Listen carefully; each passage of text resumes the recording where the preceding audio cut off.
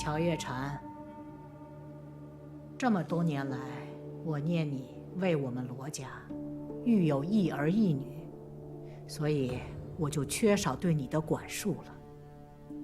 但我万万没有想到，你竟然行下如此恶举，蓄意谋害婆母，袁景阁劫杀嫡女，如今你还想毁其清誉，你可知罪？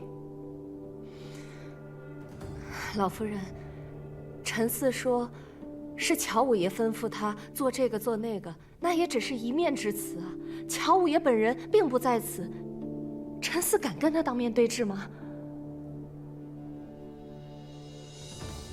父亲，小娘服侍您多年，一心为您，她不会做这样的事的。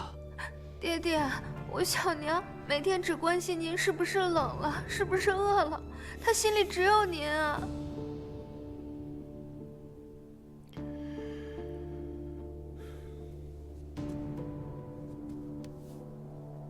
母亲，月禅所言也有道理，不如我们找到乔武，让他们当面对质一番。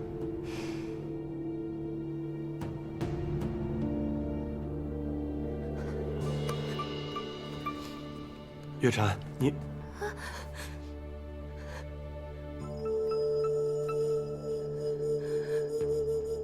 白管家，在，去请大夫过来。是。父亲，不用着急，这大夫马上就来了。大夫来了。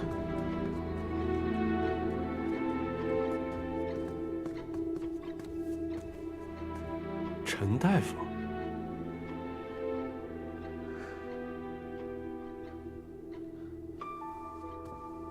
老朽孟和堂见过老夫人，见过罗二爷，没想到10多年不见，二爷还记得老朽。你不是陈大夫吗？怎么姓孟了呢？此事说来惭愧，老朽姓孟，扬州人士，只因乔小娘不愿让旁人知道她和老朽是旧相识，故谎称姓陈。老爷息怒，妾身确实去到扬州找他瞧过病，也只是相信他的医术，又很担心专程从扬州请个大夫进京会遭人诟病，这才请他一名。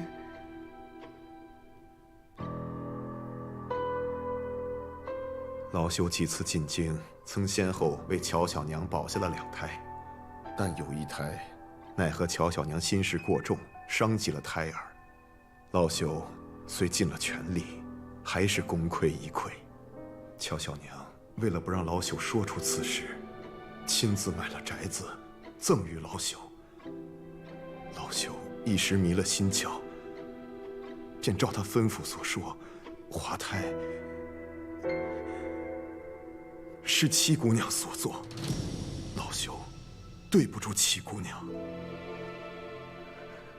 乔月禅呐，乔月禅，你自己保不住你的孩子，居然嫁祸于人，嫁祸于一个小姑娘，居心何其毒也！可怜的怡宁，因为此事被赶去了别院，一去就去了10多年，这些都是拜你所赐。你这是诬陷，你就是诬陷！你说我送你宅子，你有何证据？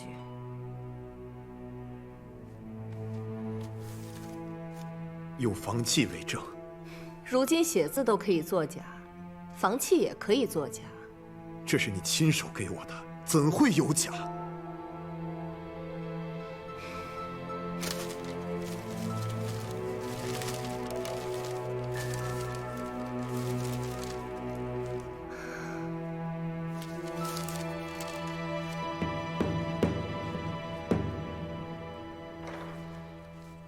房契上写的是庚子年的4月初5，那日莲儿生了场大病，我去寺庙如素祈福，官人担心我腹中的孩子，亲自陪我去的寺庙。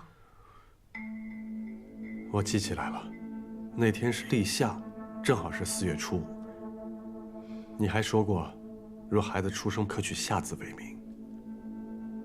幸好你记得，否则我还真成了有罪之人。只可惜啊，这作假之人还让我分身去取了房契，亲手送给了孟和他。这些话是七姑娘让我说的，那宅子也是她送给我的，让我编排当年的旧事，来陷害乔小娘。七姑娘真是有手段，你这是要把我置于死地呀！枉我当初对你视如己出，比对莲儿都好，你为什么要陷害我？孟大夫，一个人不管做错了什么事情，都不应该祸及家人。你还准备这么错下去吗？七姑娘，你不但找了人，你还要找他的家人去威胁他吗？收买、威胁、利用，这不就是你乔小娘最惯用的手段吗？请取。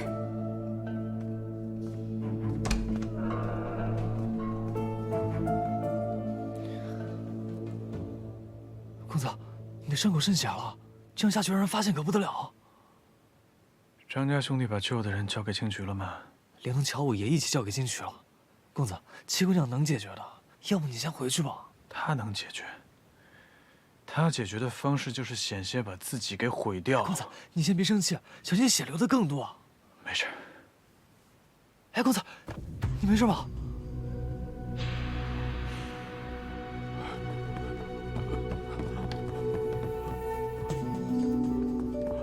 姐，你别怪我，这件事情瞒不住了，我全都招了。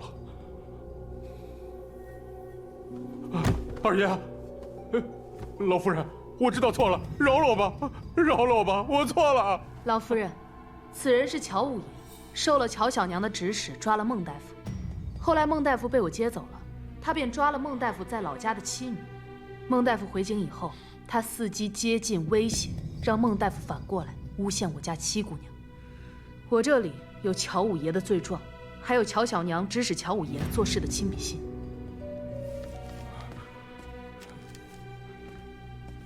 还有她，是乔小娘院子里的李妈妈。当年乔小娘栽赃嫁祸之时，她亦可以作证。李妈妈，你不是告病回乡了吗？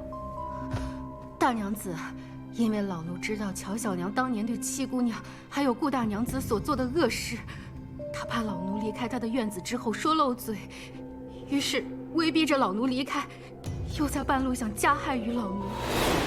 幸得金曲姑娘相救，快走，老奴愿作证。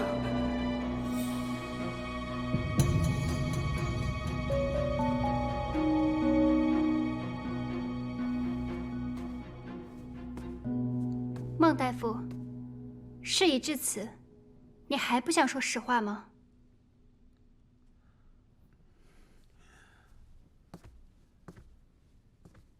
当年，乔小娘曾向老朽要过一本医典，上头有个方子，可以致人产生滑胎之象，而不会真正的伤害胎儿。老朽也是后来在药渣当中知晓此事的。可当时顾大娘子已然离府，老朽也不便再多言。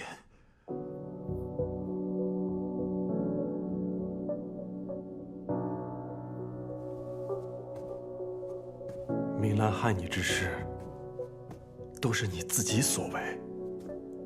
老朽说，乔小娘这一胎本已保不住，他就用这个来陷害七姑娘，也是真的。还有这些房契，都是乔小娘亲手做的假。乔武抓走了我的妻女，威胁我要用这些假房契来陷害七姑娘，我实在是没有办法呀。公子，这下你可以放心了吧？你为七姑娘的事儿鞍前马后的，真的已经尽心尽力了。哎，来，公子，公子，咱们先回去。哎，走。来，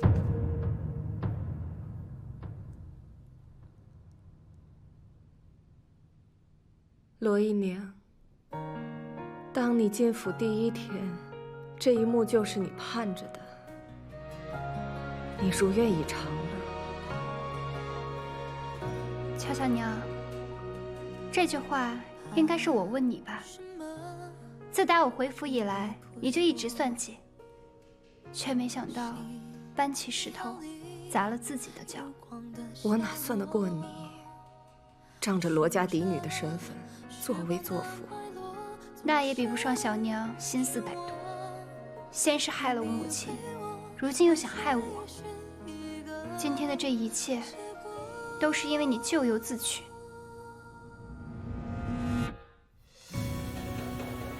那今日凌人之事，也是你收买了，来陷害依宁的清白。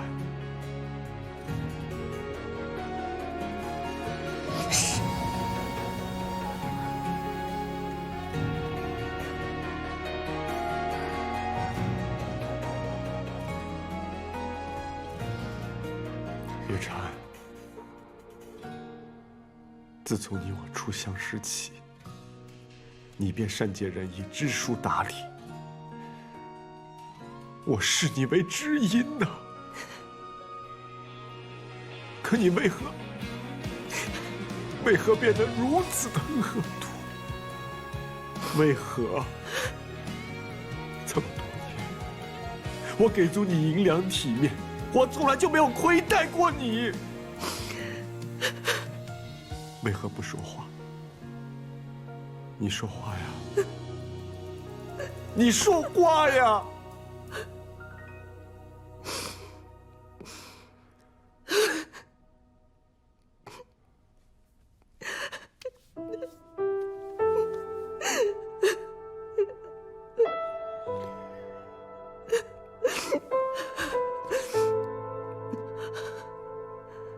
我现在还说什么？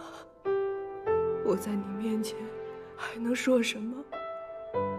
啊！当年你许我的大娘子啊，你娶了顾明兰，我都不知道我哪一点比不上她，是不是只因为我是一个庶女？你告诉我，我到现在都没有弄明白。与我在一起，你就是为了大娘子的名分吗？我一日做了妾，我就是想赶走顾明兰。可之后你又娶了林寒如，她又是一个富家之女，我又怎么比得过？我看我是有错，可是我千错万错。我为你生下了一儿一女，我心里念的想的都是你，我的一辈子都给了这两个孩子，我没有什么想法，我希望我的两个孩子能够为罗家光宗耀祖，你明白吗？我一生都很好强，我是错，我是输，我的孩子不能输。罗成章，我们的孩子不能输啊！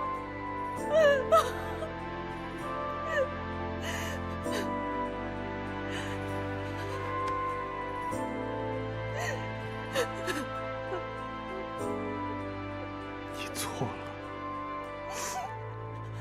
回不去了。过来。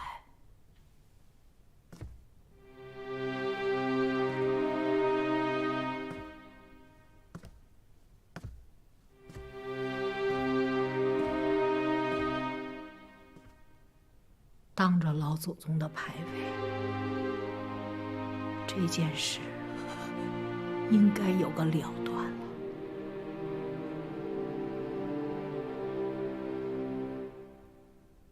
你是罗府的一家之主，为了罗府的清誉，为了罗府的门楣，你来发落吧。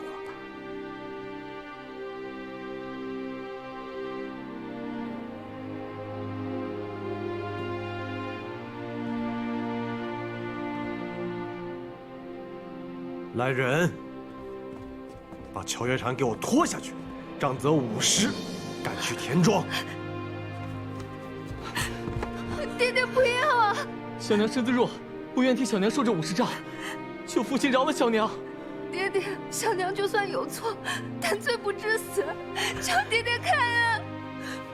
别去求他们，起来。莲儿乖，轩儿乖，莲儿照顾轩儿，轩儿好好读书，啊！给我拖下去！放开！我自己走。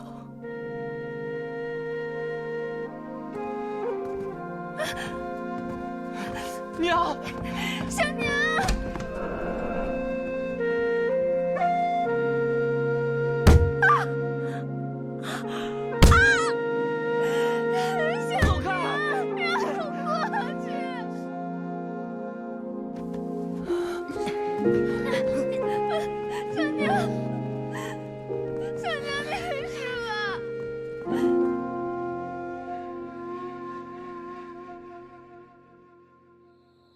什么事儿这么着急啊？还神神秘秘的。嘘，刘九爷，跟我来。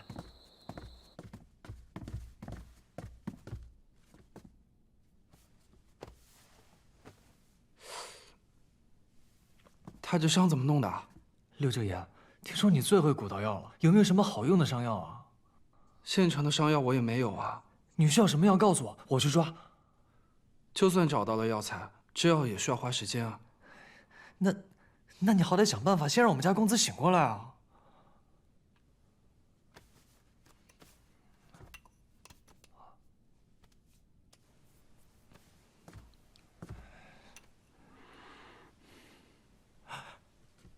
公子，你醒了。这可是我秘制的金疮丸，1颗可值钱了。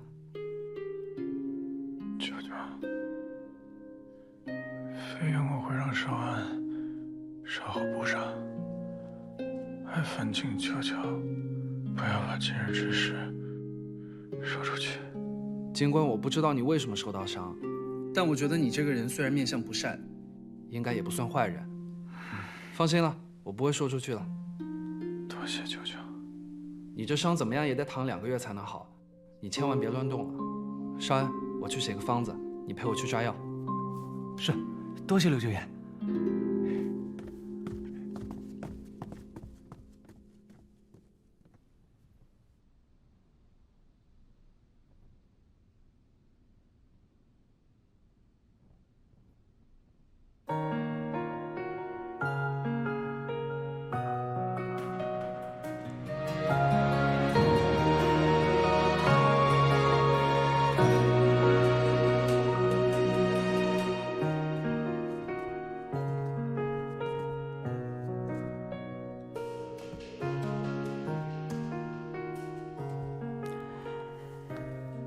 祖母，在你母亲的灵位前跪下。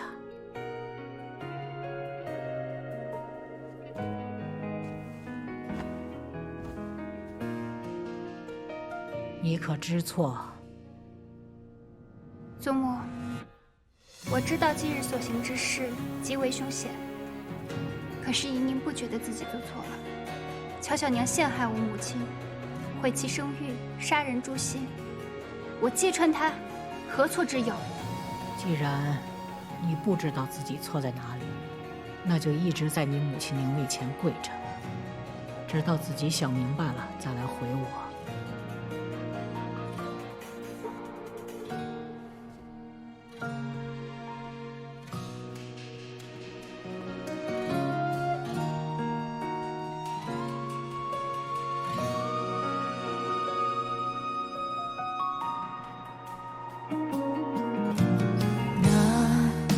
做尘埃微弱，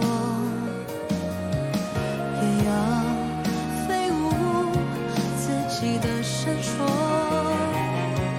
穿过无尽的烟火，踏平风波，为你为我为承诺守着不破。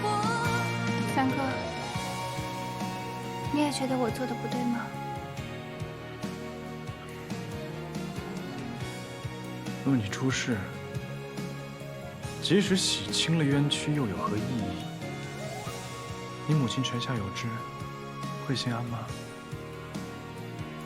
你为母洗冤势在必行，可无论你多心急，都得设法保全住自己。这次是侥幸了，下次呢？人活一世，会有一个又一个的目标想要去达成。倘若你总是这般不计后果，迟早会吃大亏。感谢三哥一直以来对我的相助。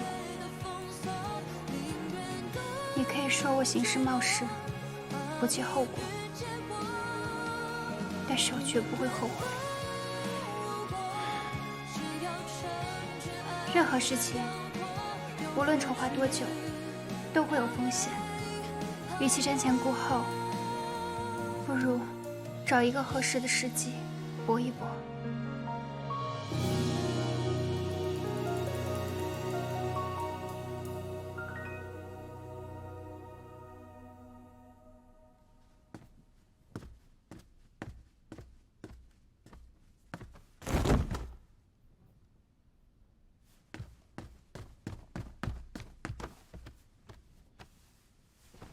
姨娘，姨娘，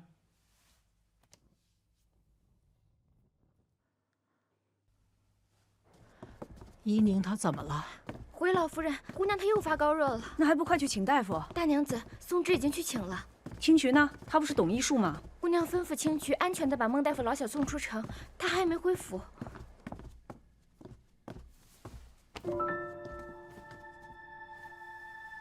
老夫人，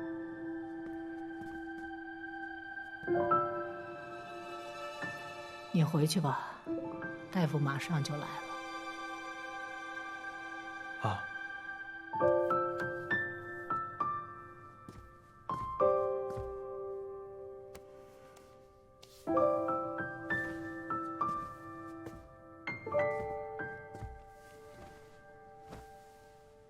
孩子呀，你怎么这么倔呢？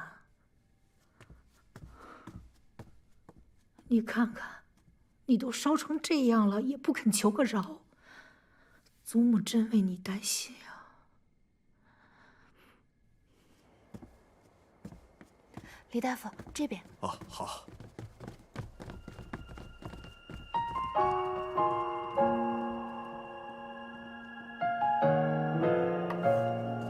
切记，莫让病人操心太过，忧思太甚，否则又会高烧不退。且一般的退烧法子都会收效甚微。敢问杜大夫，若再发病，可有什么缓解之法？法子倒是有，只是寻常人都不太敢试。只要能缓解即可，还请杜大夫直言。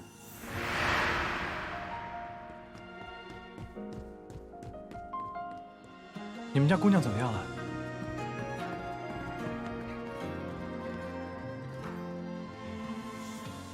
母亲，怡宁这针也扎了，药也吃了，大半夜过去了，热度一点没退下来，反而越发烫了呢。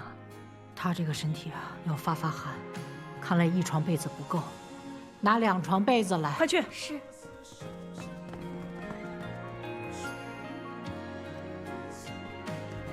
给我。不能干！让开，让开！哎，你要干嘛呀？沈源，你给我出去！你去拿冰和酒来，越烈的酒越好，快去！不是，你这是要干什么呀，沈远？万万不可的，他得了风寒，不能在雪上加霜了。难不成你要害他吗？我要是要害他，我让他在惊堂跪着就好了，我把他抱回来干什么呢？这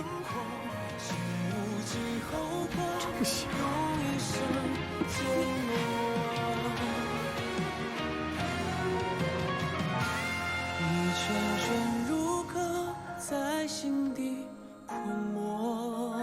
哎，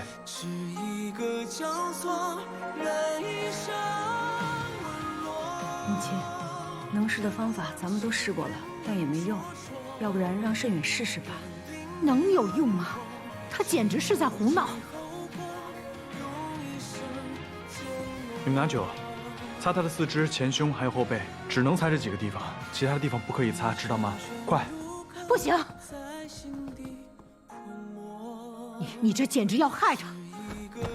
老夫人，您就信我一回行吗？他要是有任何的差池，我把我的命赔上。母亲，你顺眼试试吧。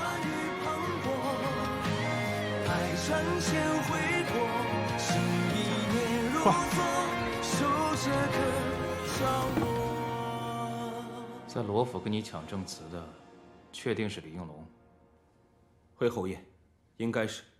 他的那枚扳指，我与他交手几次都见过，而且武功招式也一样。那份烧掉的，确定就是孙承武的证词。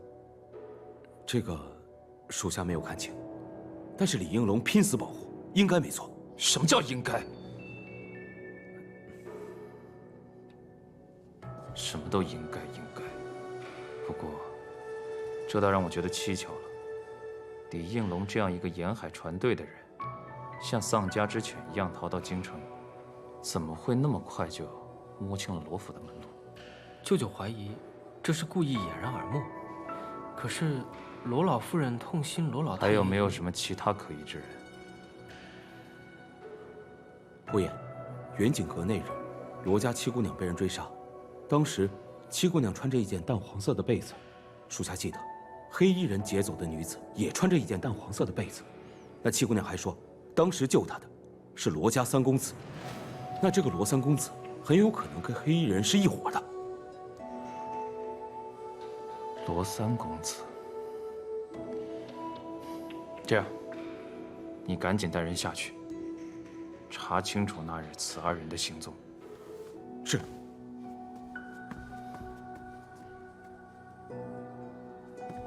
还有事？舅舅，关于那七姑娘，外甥还有一个发现。磨磨唧唧地说。外甥亲眼所见，那七姑娘给罗老夫人剪的一架剪纸屏风，技艺之高超，非常人所能及。不知跟舅舅要找的人有无关系？不过我特意在他面前提到您，原本想试探一下，但他毫无反应，兴许是我多心了。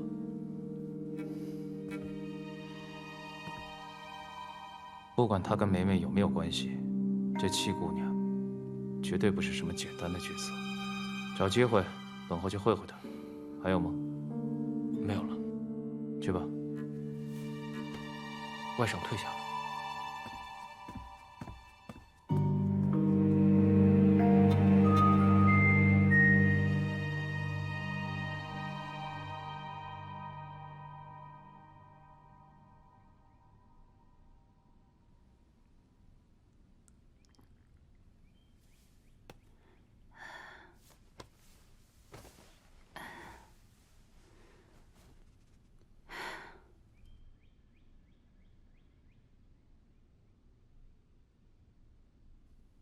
姑娘，你醒了。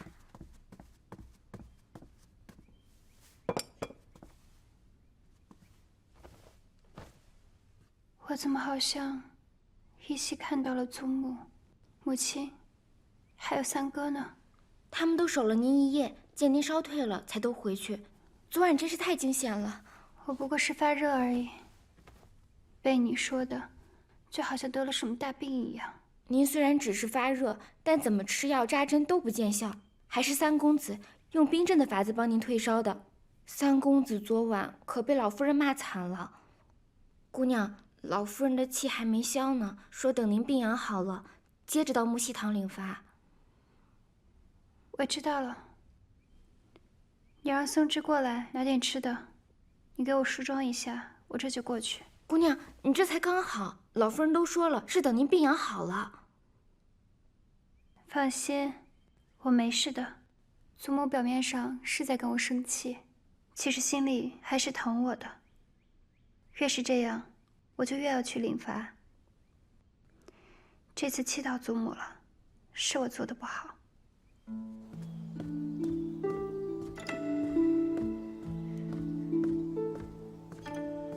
老夫人，怎么样？他醒了呀？已经醒了，喝了粥也服了药，应该没什么大碍了。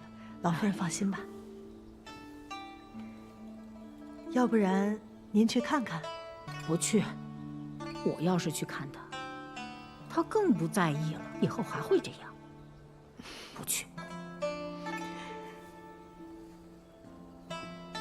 七姑娘，你怎么起来了？老夫人刚还念叨你呢。祖母，祖母，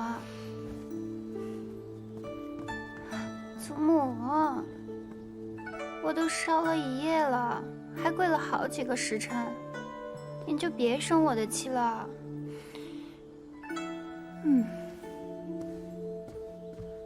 祖母，祖母，哎呀，头好疼啊！我该不会还在发烧吧？我这要把脑袋烧坏了，可怎么办啊？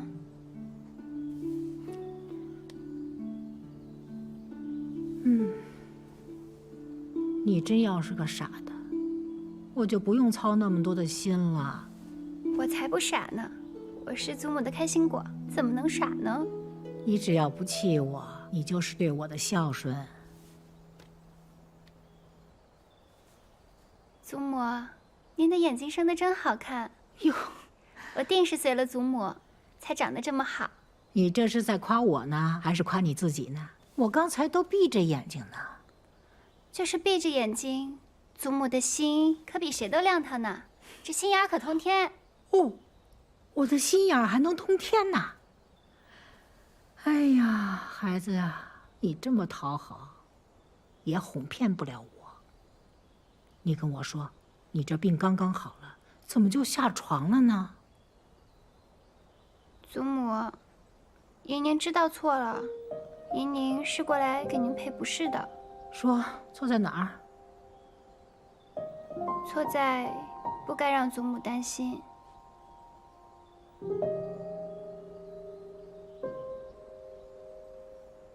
哎，宁儿啊，真是一个乖巧的孩子。这么多年来，一直有一件事让我睡不好，吃不好。我就想，要是当年没为你父亲去顾家求娶，也许你母亲现在还活得好好的呢。祖母，这件事情怎么能怪您呢？可是祖母一直很愧疚。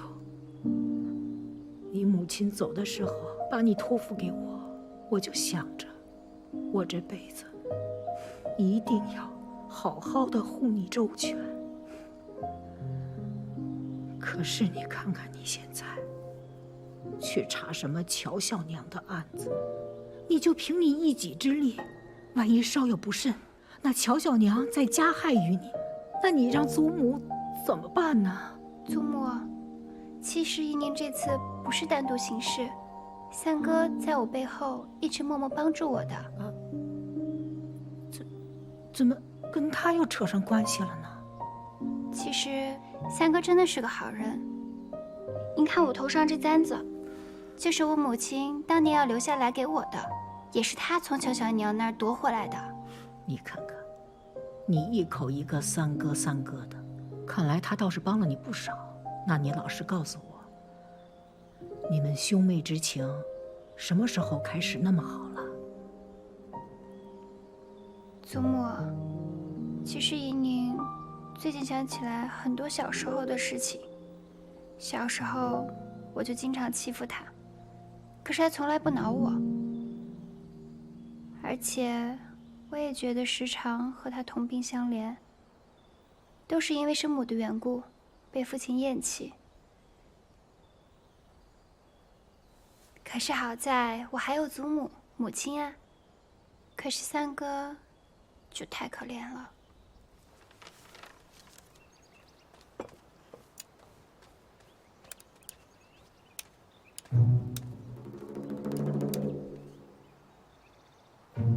拿走吧。大娘子，前2箱已经点完了，把那2箱衣服和鞋子给他拿到屋里去。是，这2箱搬走吧。是。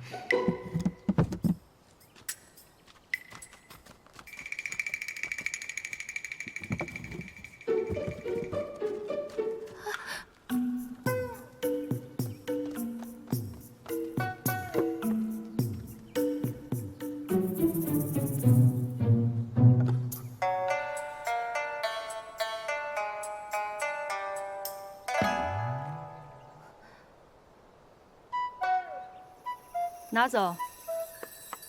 等一下，等一下，大娘子，这个镯子是我小娘进府时自己带来的，不能拿走。这镯子值多少钱，你知道吗？就凭你小娘那个出身，她进府前能有这样的好东西啊？这兴许是爹爹送给我小娘的。那好啊，那我们就去找你父亲当面对质，看看是不是他买的。你小娘这私账上清清楚楚的写着呢，她变卖了顾大娘子的陪嫁，大到屏风，小到衣服首饰，连一双鞋子都不放过，共计800贯。这只镯子是因为实在太贵重，她舍不得卖。这不可能！这些东西本该是属于怡宁的，被你小娘卖了个干干净净。现在东西找不回来了，钱也花了个七七八八。你要是想留住这箱东西，那你拿什么偿还给怡宁呢？还有，他这些年掌管罗府，留下了那么多亏空，自己倒是置办了不少家业。他哪来那么多钱呀？这是我小娘平时省吃俭用。我呸！他的月钱是有定数的，存10辈子也存不了这么多钱。他有几只手，偷了多少钱，你心里没数吗？还请大娘子手下留情，我们碧莲阁这日子总归还是要过下去的。轩哥马上就要参加秋闱考试了，总不能亏待了他吧？你碧莲阁该有的都有，桌椅、屏风、床榻、衣箱都各留了一套。府里按例发放的衣服、鞋子一个都没拿走。我是少了你吃穿，还是没给你们床睡？怎么就亏待他了？姑娘，又要装晕是吧？我告诉你，你少来这套。你要是真不服气，咱们就到大门外把事情摊开了说，让大家评评理。要不然你就别啰嗦，别怪我这个大娘子不容人。把剩下的东西通通搬走，给五姑娘腾个地儿，让她躺下。是。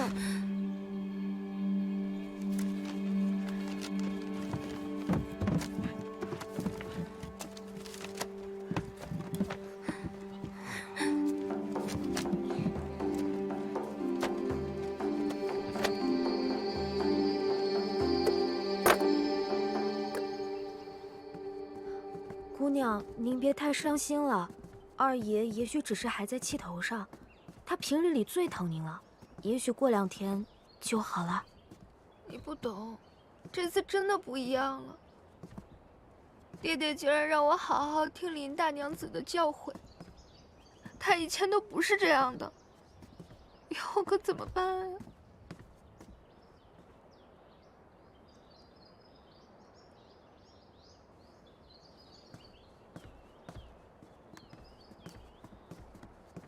大姐姐为何一个人在此处绣花呀？五妹妹这是刚哭过，眼圈红红的。大姑娘有所不知，我家姑娘最近被欺负惨了，整日里一直在哭。英儿别说了，事已至此，我也怪不了任何人，只是今后实在是不知道该怎么办了。我劝妹妹放宽心些，少几个心眼子，也不至于落得多行不义必自毙的下场。大姐姐此话是何意啊？难道是听到什么闲言碎语了吗？小娘做的事情，我实在是不知道的呀。罗一莲，你真是把我当傻子吗？亏我一直真心待你，对你比对罗一秀还亲，你却只是把我当做对付罗一宁的工具。大姐姐明鉴，我绝对没有。让我去给程郎送诗，又骗我去捡罗带，成天在我面前说你们母女俩是如何被罗一宁母女迫害，你还敢说这些都不是你们母女处心积虑预谋好的？我不过是看你钟情于程郎，七妹妹仗着祖母疼爱与你争抢，实在看不下去了才帮你出的主意。至于那条罗带，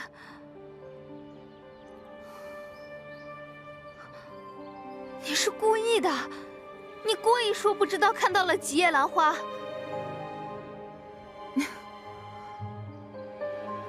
我可不像你，一心只想着害人。我的确不记得当日是几叶兰花。怎么？你不继续扮你的楚楚可怜了？哼！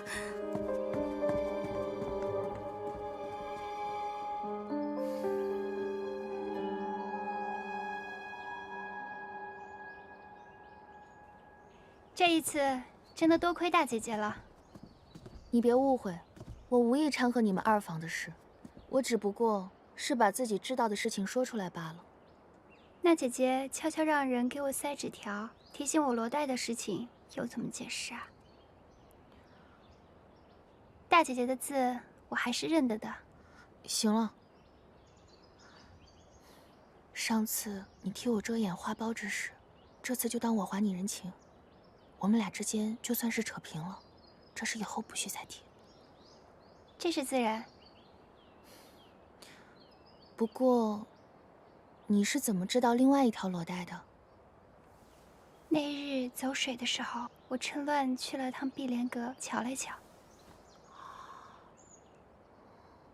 大姐姐定是觉得我心思多，吃亏吃多了，自然会多想一些。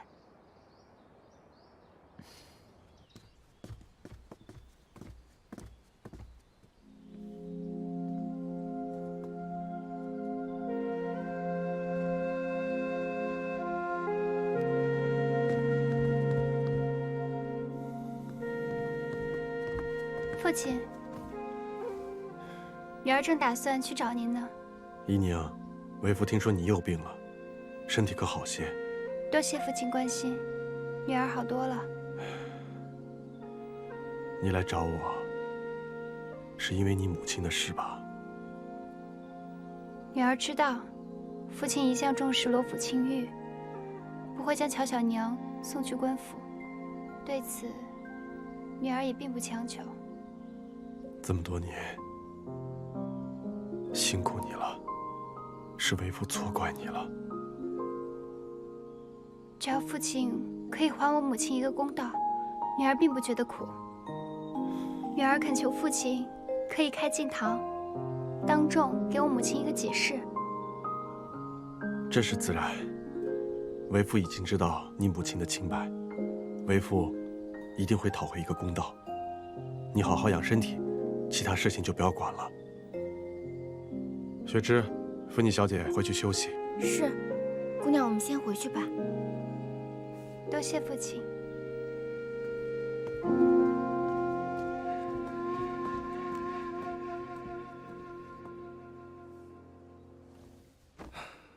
别让他着凉了。是。六舅爷，要不我们还是回即墨轩去疗伤吧？你放心吧，我大姐在账房整理碧莲阁的账，那恨不得天天住那儿，不到熄灯是不会回来的。你们就放心在我这儿治，我方便取药。好。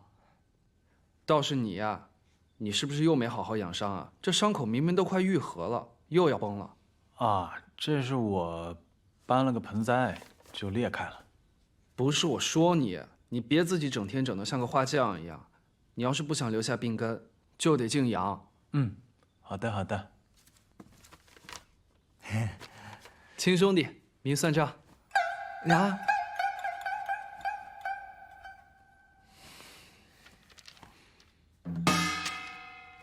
行了，有事儿呢你就让少安找我，我这人帮人帮到底，送佛送到西。好，哎，舅舅，我还真有一事相求。六舅舅，你拿来这么多汤药，我已经喝过许多了，而且今日母亲也给我送来许多汤药，我都已经要喝不完了。你又送来这么多，就不怕给我淹死？你身体初愈，还有些风寒未解，切不能大意啊。我送的这些全都是好不容易买到的上品。这汤药一看就价值不菲。哎，你不是没有钱了吗？我林茂就是再穷，那也不能苦了我亲外甥女啊！我砸锅卖铁也得买给你啊！以后可不许这么破费啦！快喝！我给你保证啊，这个良药不苦口，并且最重要的是，这送药人的心意。像这些苦了吧唧的药就别喝了。哎，六舅爷，这是大娘子特意命人送来的黄芪牡丹汤。不要喝太多也不好，浇花挺好的。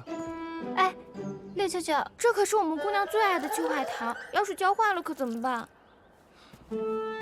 你放心，这黄芪牡丹汤呢，药性温和，对草木也是有益无害的，保管你这花长得更好。那我就不打搅你休息了。对了，这丹露呢，你滴在茶里，对身体好。我走了。谢谢六舅舅。姑娘，这六舅爷可真有意思，突然来送药不说，还把黄芪牡丹汤给倒了。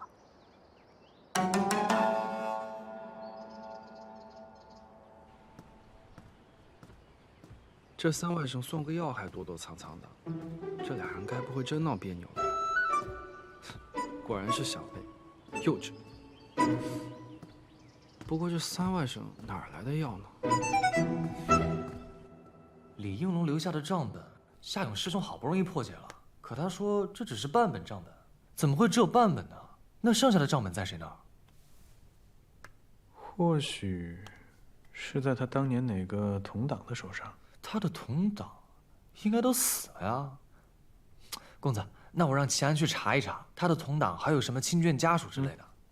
哦，对了，公子，齐安来信还说陆家学的人正在四处打听宴会当晚你和七姑娘的行踪。我们的人按照你的吩咐，说是没瞧见过你俩。他突然打探我们的行踪，那偏闹事那日，叶岩定是听到了些什么？那他会不会已经怀疑到公子头上了？没事儿，看看他们下一步要做什么吧，见招拆招。三哥，三哥，我听那日雪芝说我生病，你陪了我一宿，还说若我有不测，你愿陪我一同去。三哥，现在除了母亲和祖母，你便是对我最重要的人了。哎，这也不知道怎么回事，又觉得头不舒服。你说我该不会是又发热了吧？哼哼，我看你是好了。你又不是大夫，你怎么知道我好了？都能巧言令色了，定然是好了。那不是百草园的丹露吗？六舅舅也给过我一份，你的这一份也是他给你的？对，六舅舅跟我说，可以把丹露每日往茶里面滴上几滴，可以补气。最近母亲和祖母让我喝的补药够多了，不如我让雪芝把我的这瓶也给你吧。不行，其他的补药你可以都不喝。但是这个丹露，你必须每日都往茶里面滴几滴。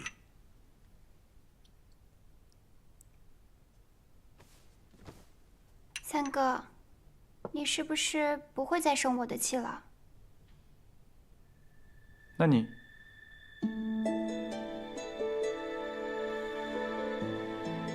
先答应我，以后不许再以身犯险了。好，我答应你，我保证。以后不管我做任何事情，我都会先保护好自己的。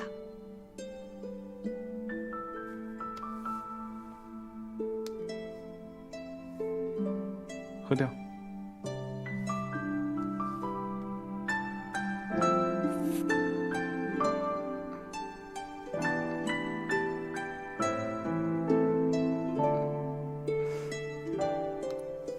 放回去。这些放回去。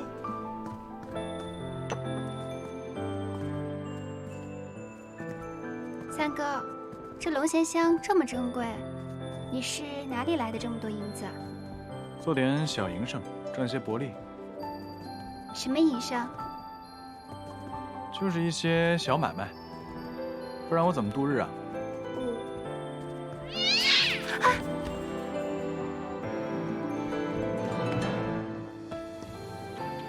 什么东西？公子不必担心，是只小猫。哦。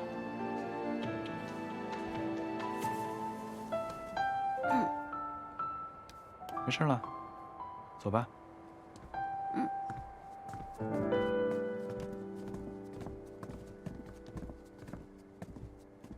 母亲，母亲，你什么时候来的？前几日我去采福院给您请安，您都不在。坐吧。您等久了吧？我应该让亲去给您捎个信儿去的。没事儿，这些天呢，我竟在盘点碧莲阁的东西，查出了不少乔小娘的私账，可算是查完了。正好等你的功夫，喝口茶歇歇。大娘子，怡宁，这些全是乔小娘当年私下变卖顾大娘子的陪嫁得来的。我想办法全部都寻过了，可惜时间太久，就换回来这几套首饰。他用变卖的钱置办了些产业，我都处理了，换回这些钱，你先收着。多谢母亲，时隔多年能找回这么多东西，一定费了很多周折。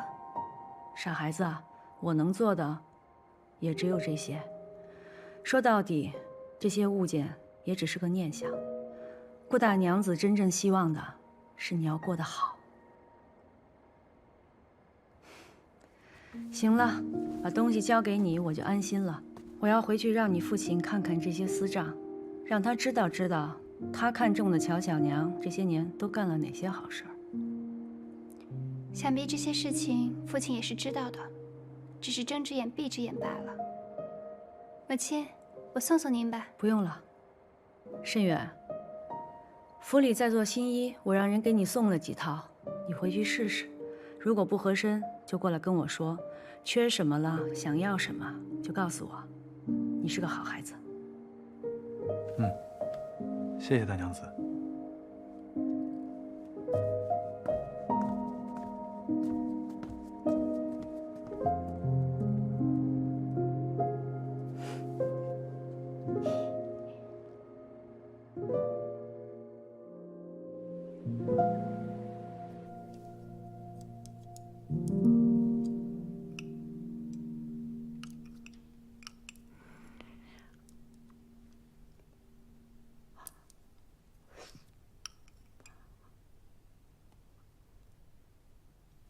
我说你这个孩子，你吃饭就吃饭嘛，你老盯着我这张老脸干什么呀？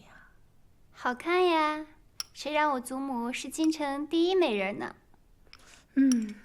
美人还来个第一，你这破猴，真会哄我开心。老夫人，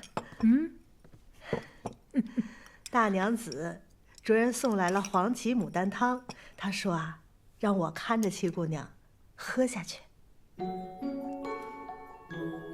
我才不喝这汤药呢，我不喝这药。七姑娘不喝药，身体怎么能好啊？祖母啊，喝了，风寒刚好，需要调养身体。你母亲也是为你好，喝了。来，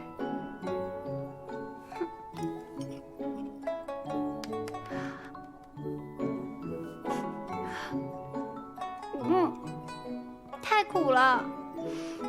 祖母，我要喝了这药是没法吃饭了。那也得喝。哎，您看那边。哎，老夫人，这……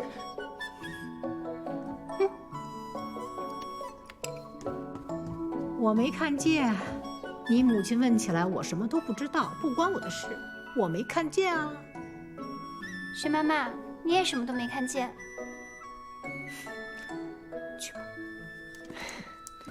哎呀，我说你这个孩子，怎么跟你娘一个样儿啊？吃不了的药汤都往那个花草里倒。你娘生你的时候体弱，也是喝这个黄芪牡丹汤，她是怕苦啊，喝不下去，都往那盆秋海棠里倒。哎，这秋海棠啊，没多少天就活不了了。这黄芪牡丹汤呢，药性温和，对草木也是有益无害的，保管你这花长得更好。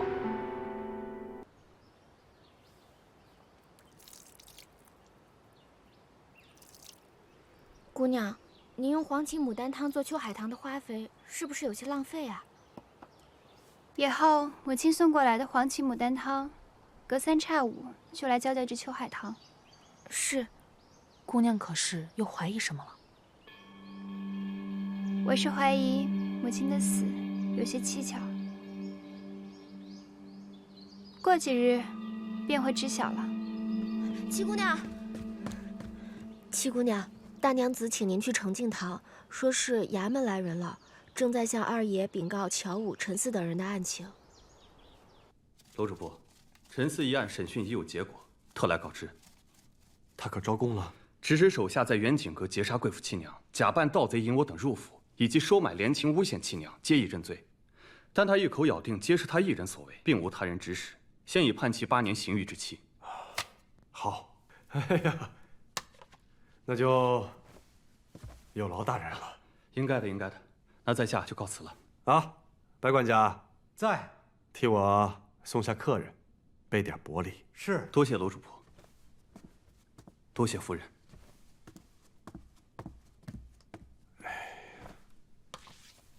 官人，怎么突然所有事都成陈四一人所为了？啊，这是我跟乔家大爷商量的结果。我们罗乔两家毕竟是大户人家，此事若是传出去，颜面无光啊。合着就这么放过乔家姐弟俩了？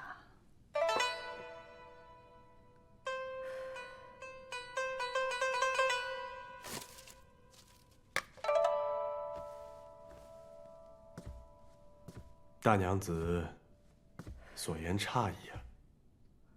怎么叫放过呢？乔叶禅在静堂受罚，你也瞧见了，我已经把他赶去田庄，乔武被驱逐出乔府，他们名下的店铺、田庄都已经收回，这就是惩罚。那父亲可还记得之前答应过我，要给我母亲一个说法？自是记得，陈四伏法，乔氏姐弟被驱逐出府，这就是说法。看来父亲是想让这件事情不清不楚的过去。怎么就是不清不楚呢？那官也报了，这家法也伺候了，你们二位非得把乔叶禅推上死路吗？什么叫我们俩？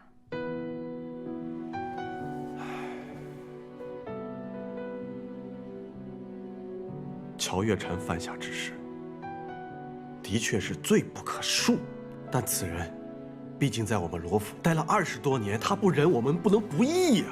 此事是家丑，家丑不可外扬，若是传出去，我们罗家颜面何存？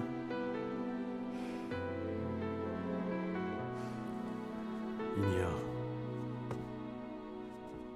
你母亲若是在世，一定会赞同此事。罗家的门楣，颜面排在第一位啊！看来在父亲心里，夫妻情分、血缘亲情，都抵不过一个虚名。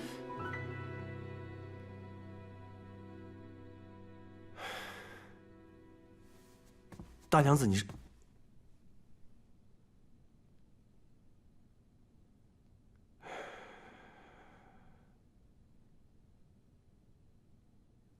你们终究是不懂，作为罗家家主，该背负的责任。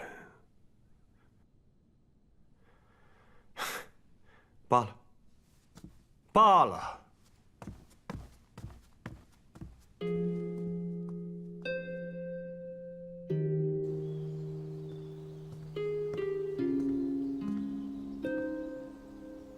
清渠，你帮我去找一个宅子吧，不用太大，能住就好。